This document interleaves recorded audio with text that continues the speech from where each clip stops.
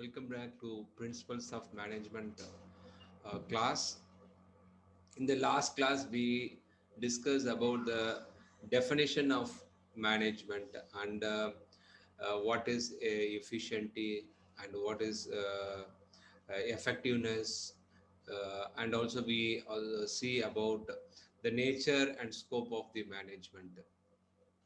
In today's class, we will see the next topic, the importance of management. So, is management really important?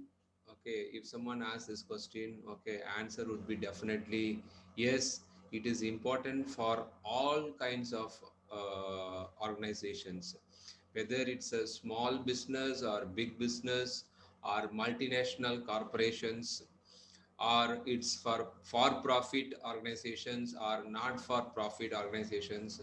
For any type of organizations anywhere in the world, management principles, tools and techniques are very very important, okay, in order to run the organization in an effective and efficient manner and in achieving the goals and objectives of the organization. Okay, now we see the important points why management is important. First one, it helps in achieving the group goals. It arranges the factors of production, assembles and organizes the resources, integrates the resources in an effective manner to achieve the goals. So, when we implement the management principle, it helps the people in the organization, okay, to bring the process of production, okay, and it assembles the resources in the organization. Resources, as you know, like different types of resources, it may be man, material, money, missionaries, all these are considered to be resources. It directs group efforts towards achievement of predetermined goals. So what happens? It will help in groups in organization. People work as group. So this management principle helps in linking the group goal with that of the organization. So by defining objective of organization clearly, there would be no wastage of time, money, and effort. So what happens if you clearly know what is the objective of an organization? This will lead to more productivity and no wastage of time, money, and people or staff efforts. That's the first point. Second point is the optimum utilization of resources. Optimum means is a maximum utilization of resources. So these include physical and human resource productively. This leads to efficacy in management. So efficacy means getting the desired result in a very effective manner. Okay, that's the meaning of efficacy. Management provides maximum utilization of scarce resources by selecting its best possible alternate use in industry from the out of various uses. So what happens? Certain resources are very scarce. Scarce in sense is very difficult to get that. There may be a shortage, may not be even human resources. There are certain places like in terms of like qualification or experience, it's very difficult to get certain people. Okay, so what happens if you implement the management tools or principles? So we can, as a management, they can utilize these scarce resources in a very effective manner. It makes uses of experts, professionals, and these services leads to the use of the skills, knowledge, and proper utilization, avoid wastage. So what happens? Not only you utilize the scarce resources, but also these resources can be used to the maximum, okay, to the maximum range, and this also can lead to avoiding of any wastage. Then it reduces the cost. It gets maximum result through minimum input by proper planning and by using minimum input and getting a maximum output. That's what we study in the previous class. Efficiency.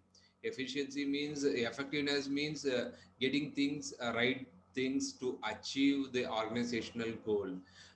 That's effectiveness. Efficiency means with minimum input we get the maximum. In other words, it's to reduce the cost or wastage of materials. So what happens? Management will help us to do that.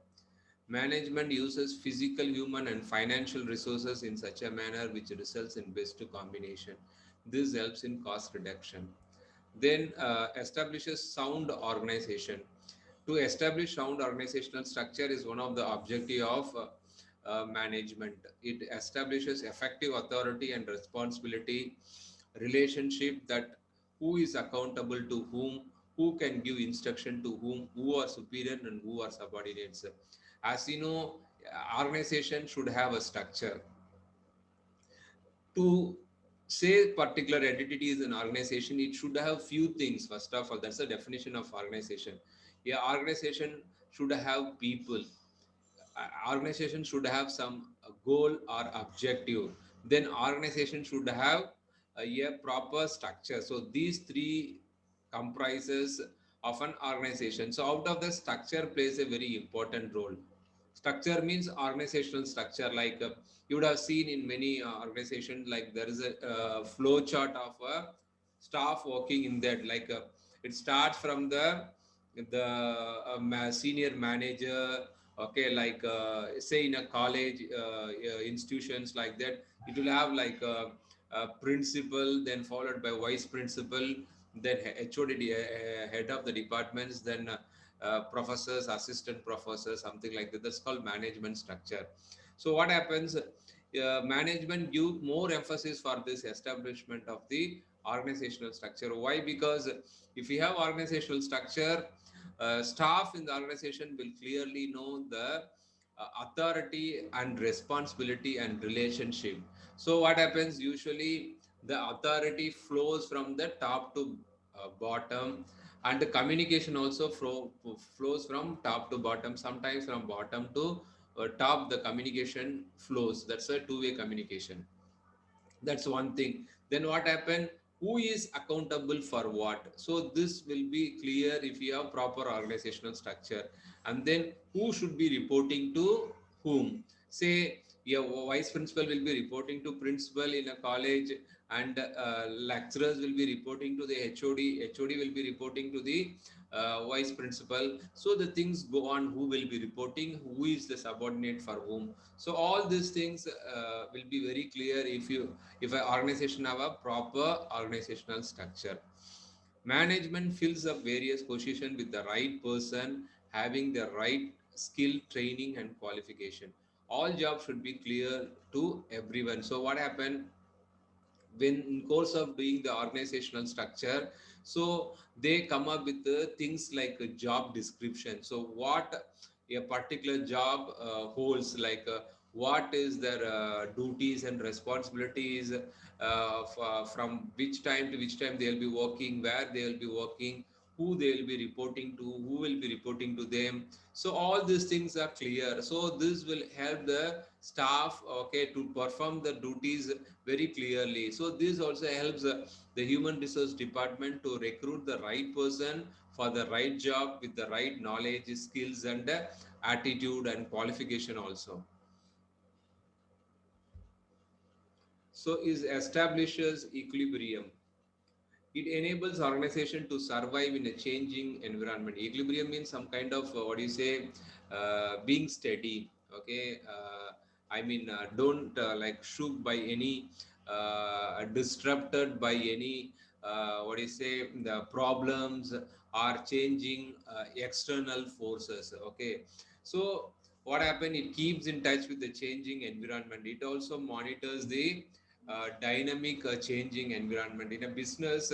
The environment, especially the external environment, is very dynamic. It keeps changing. So some changes may not be very what do you say, in the favor of the organization. So what happens? Management helps to keep a track of the changes in the external environment. So what happens? It's create a sort of equilibrium, and there is no disruption in the operation of the organization. With the change is external environment, the initial coordination of the organization must be changed. So it adapts to the organization to changing demand of market, changing needs of the society. So what happens, as we mentioned earlier, when the external environment changes, what happens, changes in sense like customer, our target customer preferences, the needs and wants changes. This has been recorded, and this has been like management helps to keep I mean track of all these changes. So what happens, this can be incorporated internally to the organization, so they are aware of that. They do the changes in their product and services. So what happens, this is not going to pose a threat to the organization. It is responsible for growth and survival of organization. So what happens, this is like a must for the not only for survival but also for the growth of an organization. Sixth one, essentials for prosperity of the society. So efficient management leads to better economical production, which helps in turn to increase the welfare of the people. So what happens if the management is efficient, and then what happens, it leads to the better economical production, they less cost and more productive, which in can I mean increase the people welfare. People means it includes both the internal staff members and also external people who are like customers or suppliers. Most of the all the stakeholders, okay, the top management and all those things. So if an organization can effectively use a management and efficiently use a management and reduce the cost, so what happens, this benefit can also pass to the customer. So customer will get a quality product in a very cost efficient way, so he has to pay less. So what happens, he can get the benefit from the organizations and solve his problems or fulfill the needs and wants. Good management makes a difficult task easier by avoiding wastage of scarce resources. It improves it improves standard of living. It increases the profit, which is beneficial to business and society. With will get maximum output at a minimum cost by creating employment opportunities which generate income in the hands. So what happened? It is not only benefit for internally in the organization, but it also benefit to the society at large. How means, because the new products or innovative products or many products which gives convenience in our life. Say for instance, we take a smartphones. Smartphones have changed the way we live, okay, right from like having classes to check the weather. It is also an entertainment. It is not also a very effective way of communication, very cost effective communication.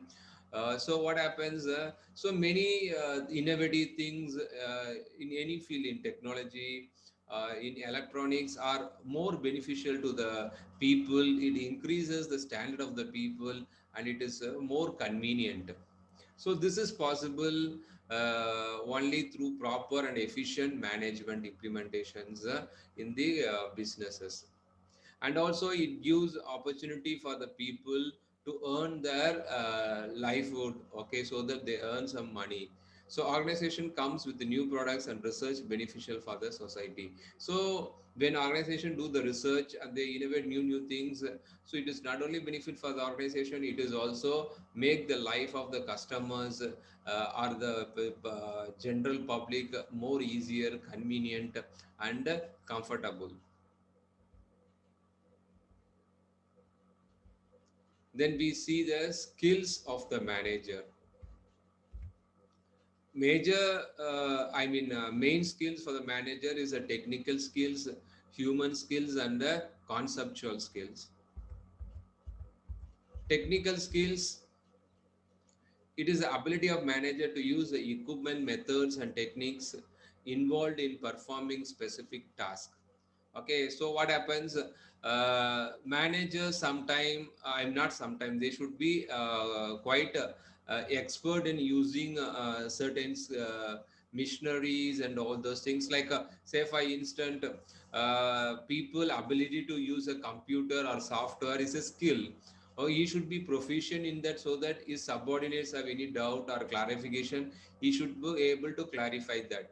So technical skill is required more at lower level of management, that is at the supervisory level, especially the supervisor middle level managers, we say the supervisors.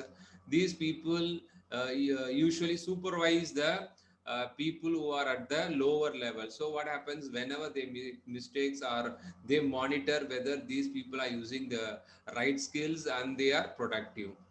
At higher levels, technical skill is less important, as managers can rely upon other for technical information. So, as mentioned earlier, this is more important at the middle level managers like supervisors, and the top level managers is more into like other skills like conceptual skill, interpersonal skills, etc.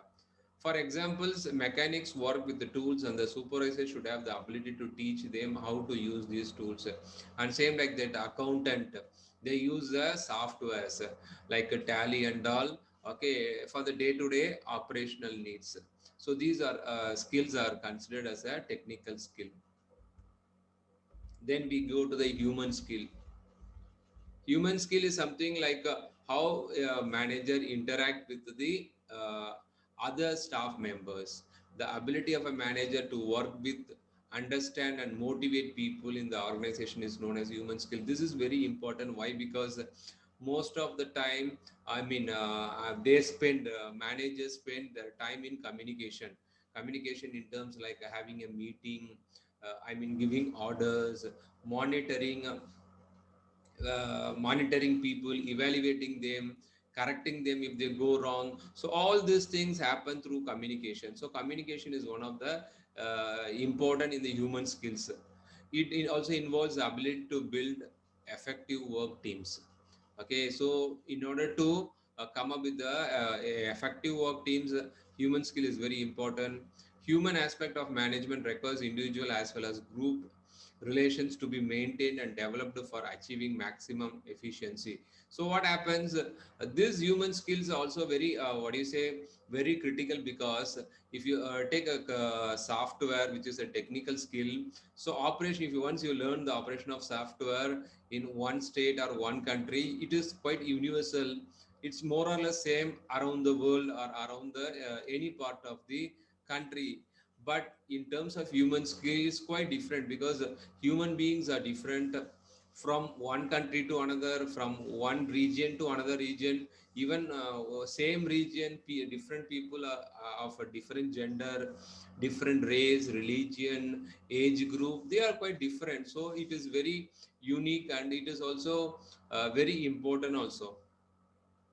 Human skills are important at all levels of management. As we have seen, the technical skill is very important at the middle level and lower level managers, but this one is very important at all the three levels of management.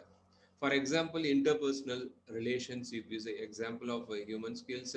Solving people problem, or that's especially the subordinate who comes to a manager to resolve a problem. Okay, so human skill is very important. And acceptance of other employees, employees who are like with a different background, maybe in terms of profession, in terms of race, religion or nationality. So human skills is very important.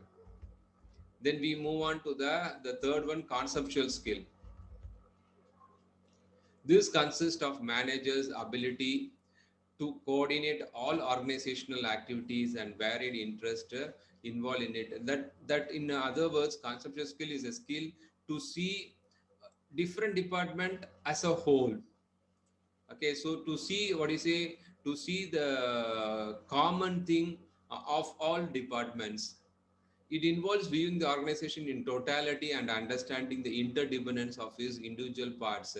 Like different departments have different functions, but a top manager see there is interdependence. That is, one department depends upon other department. Like marketing communicate the changing needs or the needs of the wants of the customer to the production department, and production department require money, and this is I mean a budget is allocated by the finance department.